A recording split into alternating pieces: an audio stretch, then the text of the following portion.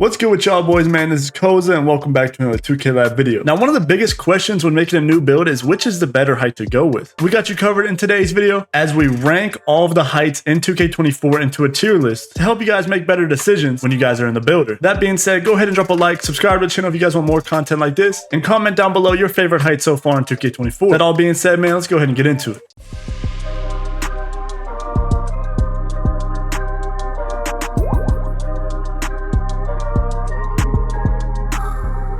And if you guys didn't already know, outside from this video, we have a lot of free tools on our website. Right on our homepage, we have the tools section, and it drops down all of these free tools, including animation requirements, badge tiers by height, badge requirements, and the attribute weight. So definitely check out these free tools on our websites when you guys are in the builder sculpting your next build. On to the tier list in today's video, and we're gonna go ahead and start out with putting all of the builds under 6'2" in the don't recommend tab. We all know defensively being this small, you will get blown by a lot more. And on top of that, no matter which way you make the build with how much defense, you guys will have a smaller wingspan and a smaller steal radius. And even if you get more attributes on a smaller height like this, offensively, your shots will be contested a whole lot more because you are a shorter player. Can they be usable and might be fun sometimes? Maybe, but we ultimately don't recommend them here. Now on to 6'2". We're still gonna put it in a low tier at that C tier, but it still can be recommended because it's the tallest height you can be while still getting Hall of Fame unpluckable. Now, while Hall of Fame unpluckable can be a big W for some players out there, it still costs a lot at that 98 ball handle rating. So it's going to be a lot harder to make a more well-rounded build at that 6'2" if you're going for the Hall of Fame unpluckable. That's why we put it down to the C tier. Now on to 6'3". If you guys do see a competitive guard pick a height, it's most likely going to be that 6'3" height. This height specifically gets a lot of attributes and it has a lot of variations to make a good well-rounded build. Ultimately, it's still going to be a short guard, so it is going to get contested more than the taller guards would be. Definitely not a bad option, so we're gonna go ahead and throw it in the B tier. Now on to that 6'4" height. Doesn't seem to get as many attribute points as the 6'3" does, but it is the tallest height. You can still get those small guard animations. This build can still be very usable just like the 6'2" can, but we feel it just isn't on the same level as those 6'3" guard builds. Now on to that 6'5" height. Now this is the shortest you can go while still getting those tall guard animations. In other words, if you're looking for a fast build that still gets the animations like the Kobe Bryant pull-up, this could be usable for you, but ultimately it isn't going to get as many attribute points as some of its contenders. We go ahead and throw it into the C tier. Now you guys are starting to see a rhythm here. A lot of the shorter builds this year are at the bottom tiers, and a lot of the taller builds are going to end up being in those higher tiers. Speaking on higher tiers, on to the 6'6", this goes straight to the S tier. This is basically the 6'9" build from last year, the all-around demigod. It gets so many attribute points and has so much leverage for badge point requirements and also versatility. See a lot of competitive players going with that 6'6" height. We've seen a number of good 6'6" builds, and there is a reason why everybody is making that 6'6" height. We have a couple 6'6" builds that we recommend on our website under the recommended builds tab, and in conclusion, the 6'6" height is just the top dog of 2K24 so far. Now on to the 6'7" height. Not a bad height, but not one of the best heights in the game. We're gonna go ahead and throw this in the B tier. This height isn't really hanging with that 6'7" and 6'8" quite as well, but a 6'7" lockdown build that we see in competitive play a lot is one of the most popular builds for that lockdown position specifically. Now on to the 6'8" build. We're gonna go ahead and throw this in the A tier. Not quite on the level as the 6'6", but it's just almost there. It has a lot of attribute points to spend. You can make this build very versatile. You guys can make a 6'8" guard, you guys can make a 6'8" lockdown, and you can even make a 6'8" to play the big man position. This height has a lot of versatility to it and has a lot of attribute points to spend to make those well-rounded builds that you guys love so much. On to that 6'9" height. We're gonna go ahead and throw this in the C tier. It only gets bronze speed booster for those people that are trying to make, you know, two-way builds or those tall small forward power forward builds that can still handle the rock. This could be a solid height for those big men out there that like to play that power forward position, but altogether it isn't really quite on the same level as that 6'8" height. Now the 6'9" height can be very usable and very fun to use, as well as all the C, B, A, and S tier heights, but in terms of competitiveness, it's just not up there with those top dogs. Now on to the 6'10" height. This is becoming a lot more popular for very good reasons. Up with the A tier on that 6'8" level, the 6'10" can come out with some very good builds. You can make very good big man, versatile big man builds with this 6'10" height. Again, we even have one recommended there on the 2K Labs website, so definitely go check that out. Now on to that 6'11" height. This is the tallest height you can get with some really nice,